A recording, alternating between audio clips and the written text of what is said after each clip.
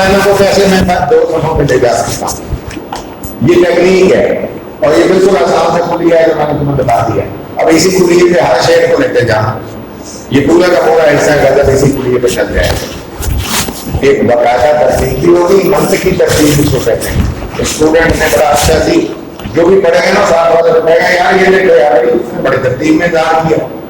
حالانکہ اس نے کلیہ لگایا ہوا ہے اسٹوڈنٹ نے. کلیہ ترتیب کا انعام ہے. موت کے آگے فقیروں سے تجھے لینا ہے, مرنے سے آگے ہی یہ لوگ تو مر جاتے ہیں. یہ جو نفس ہمارا ہے, اب یہاں صوفیات کی بہت لمبی لمبی بحثیں تشریح میں ایڈ ہو سکتی ہیں, میں ادھر نہیں جا رہا. یہ پوری بحث ہے. آپ تصوف کی باقاعدہ موٹی موٹی کتابیں ہیں. یہ کورس ہے پورا مذہبی مدرسہ میں جب آپ جاتے ہیں وہاں پورا ایک کورس موجود ہے. یہ میر درد انہی کے بارے میں کہہ رہے ہوتے ہیں. کیونکہ ہمیں کورس نہیں پڑھا تو ہمیں لگتا ہے عام بات ہو رہی ہے. عام بات نہیں ہو رہی, بات کہیں گہری تصوف کی بات ہو رہی ہے. کہ وہ تصوف کیا ہے؟ فقیر کے پاس موت آئے گی تو فقیر تو وہ ہے جس نے نفس ہمارا کو پہلے ہی مار دیا.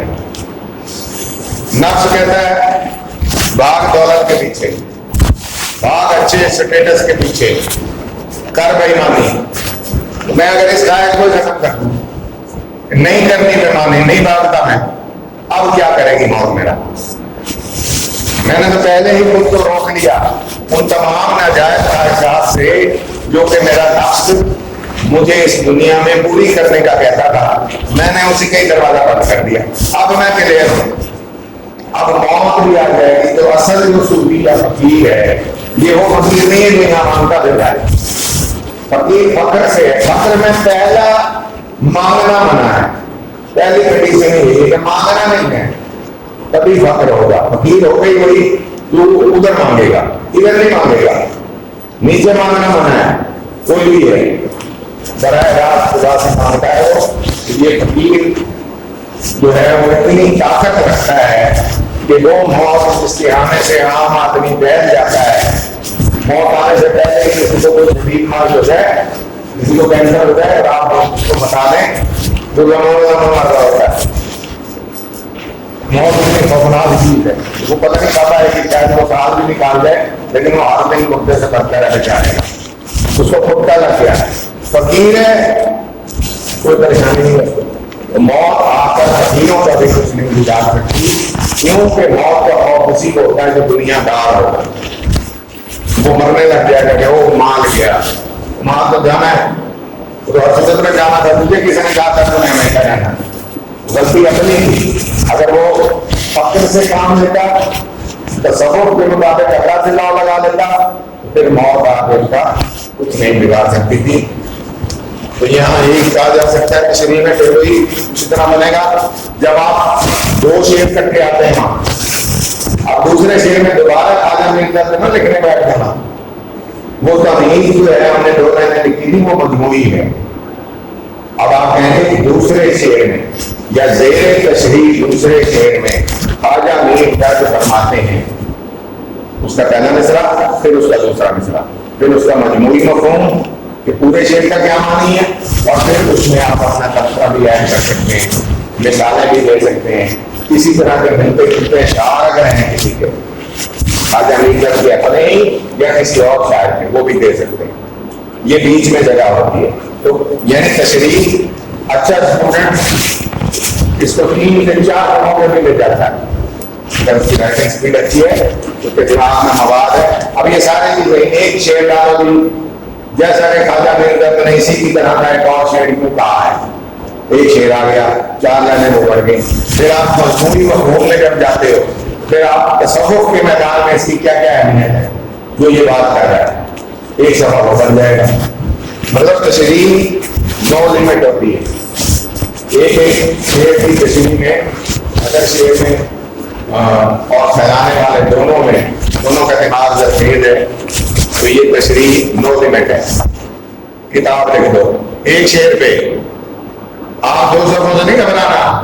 آپ چاہیں تو اس پہ پوری کتاب لکھی جا سکتی ہے. بات سے بات تلاش ہوتی ہے نا, اور مرد کے لفظ کے ساتھ جتنی باتیں اٹیچ ہیں گھر میں بیان کرنے کی ضرورت نہیں, اتنی موٹی کتاب کرنے کی ایک لفظ بھی مرد کی ڈیفینیشن اسلام نہیں ہوتی، مرد کی ڈیفینیشن عیسائیت نہیں ہوتی، مرد کی ڈیفینیشن یہودیت نہیں ہوتی، مرد کی ڈیفینیشن جب مرد بنا یوں تھی، کھولتے جاؤ مرد کو ہوگی کتاب۔ تشریح سے گھبرانا نہیں، تشریح 2 صفحوں کی چاہیے اور 2 بہت کم صفحے ہیں۔ بتانے کا مقصد یہ ہے، اس سے پریشانی آسانی سے بن جاتے ہیں۔ وہاں جو مسئلے ہیں نا میں یہاں ڈسکس کر رہا ہوں، مجھے پتا ہے آنے کا نہیں بہت کم ہے۔ یہاں اگر میں بار بار کو جھنجھوڑتا رہوں گا، ہلاتا رہوں گا تو شاید بچ جائے، یہ اتنا مشکل کام نہیں ہے۔ دید و دید جو ہو جائے غنیمت سمجھو، یوں شرر ورنہ ہم اے اہل نظر جاتے ہیں۔ اب تھوڑا سا مشکل سے آیا، دید و دید ہونا، دید و دید، ایک دید کے ساتھ ایک اور دید، 2 دید کا اکٹھا ہونا، 2 دید ہیں، یعنی ایک آدمی کا دوسرے آدمی سے آمنا سامنا ہونا، ملاقات کرنا، ملنا۔ جب ہم ملتے ہیں تو دید و دید ہوتی ہے، ملاقات ہوتی ہے جب دونوں کی آنکھیں 4 ہوتی ہیں، اس کو کہتے ہیں ملنا۔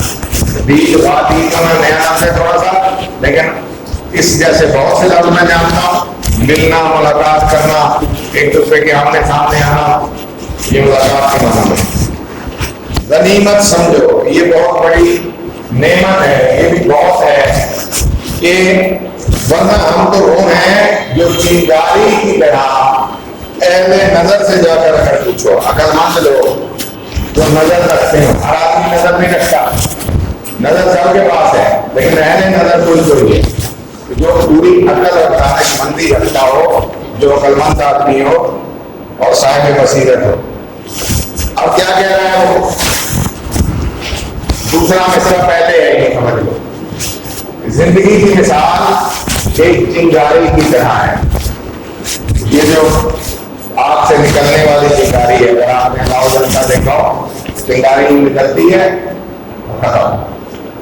بڑا چھوٹا سا ٹائم پیریڈ ہے اس کی زندگی کا۔ کیا کہیں گے چنگاری کی تاریخ اتنی بھائی نکلی اور یہ گئی، یہی تو زندگی ہے۔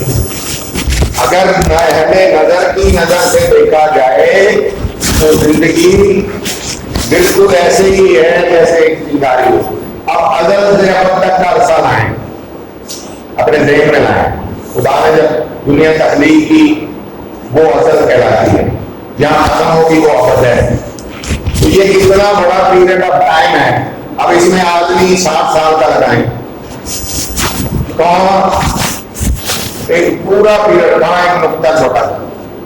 تو آدمی کی زندگی تو بڑی زندگی نہیں ہے، چاہے اللہ کی نظر میں جو وقت ہے وہ بہت ہی بلند اور بڑی چیز ہے، جس کے مقابلے میں آدمی ایک نقطہ ہے۔ اس وجہ سے کہا جاتا ہے کہ زندگی ایک شرف کی طرح ہے۔ اس کی ایگزامپل لینی ہو ورڈ کے نکالی ہے، جو مثال دیں، ہم نے تصور کو سمجھ لیا، مثال تم بیٹھے ہو، ذرا دوڑانا ہماری کتنی زندگی کے نظر یوں گئی ہے، ایسے ہی ہے۔ ابھی اتنے سے گئے، ابھی اتنے پیچھے دیکھو تو ایسا لگتا ہے یوں۔ یہ بھی شرر کی جو مثال اگر آدمی نے دیکھنی ہو تو اپنے ماضی کو دیکھے، ایسا لگتا ہے جیسے کل کی بات ہے۔ جس طرح یہ وقت گزرتا ہے تیزی سے، تو اب یہ بنیاد ہے صوفی کی کہ زندگی ایک عارضی، ناپائیدار اور مختصر چیز ہے۔ اب شرر کو پھیلا دو۔ شرر سے کیا مراد ہے میری طرف؟ جب شرر سے مراد یہ ہے کہ جس طرح چنگاری کی زندگی تھوڑی سی ہے، اسی طرح انسان کی زندگی بھی بہت مختصر ہے۔ اور اس مختصر عرصے میں اگر کسی کو کسی سے ملنے جلنے کا موقع میسر آ رہا ہے تو اس کو غنیمت سمجھے۔ زندگی بہت ہی مختصر ہے، اس میں اگر کسی اچھے لوگوں سے آپ کی ملاقات ہو جاتی ہے تو یہ انعام سمجھ لو زندگی کا۔ زندگی تو اتنی چھوٹی تھی کہ اس میں سامنے کسی بھی لمحے، ویسے بھی دیکھا جائے ہر آدمی کا ہر لمحے کسی کو کوئی گارنٹی نہیں ہے کون کب چلا جائے، کوئی گارنٹی نہیں ہے۔ اس وجہ سے شرم والے کے کام یہاں بھی تھا، وہاں بھی ہم بات بھی اور زیادہ آتی ہے۔ ویسے تو پتہ نہیں چلتی تھا، اور جہاں روڈ کا ایکسیڈنٹ ہوا نوجوان بھی چلا گیا، بوڑھا بھی اور بچہ بھی، تو یہ ناکام یعنی شرم اور مختصر ہو گیا۔ ایک تو وہ ویسے ہی مختصر تھا، اگر پورا ہو جاتا وہ پورے کے بیچ میں سے بھی چھٹی ہو سکتی ہے. زندگی باقی بہت مختصر چیز کا نام ہے اور اس مختصر عرصے میں آدمی کو اپنی اوقات میں رہنا چاہیے. صوفی بار بار یہ کہہ رہا ہے تو فرعون والا رستہ نہ چلو, انسان والا کرے, فخر کے ساتھ اللہ کے توکل کرتے ہوئے لوگوں کو تنگ نہ کر. سارے دین کا نچوڑ نکالنے کا وہ یہی ہے عام لفظوں میں کہ یہ جو تیرے ایک جہاں تجھے پیدا کیا ہے وہاں بندے ہوں گے, ان میں سے کوئی ایک بھی تیری وجہ سے ناراض رہا. سمپل ہے, جتنے مرضی دین اتارے سارے دین ٹھیک ہے. تو بعد میں حقوق العباد کے لیے دنیا بنائی ہے, وہ تو میرے یہاں کے اوپر ہے. تو بندہ بندے کو نہیں کر رہا ہے. مقصد یہ ہے کہ اچھے اخلاقیات, اچھا مسلمان کون ہے, اچھا صوفی کون ہے, ایک ہی ڈیفینیشن جو لوگوں کو تنگ نہیں کر رہا, وہ یہ خیال نہیں.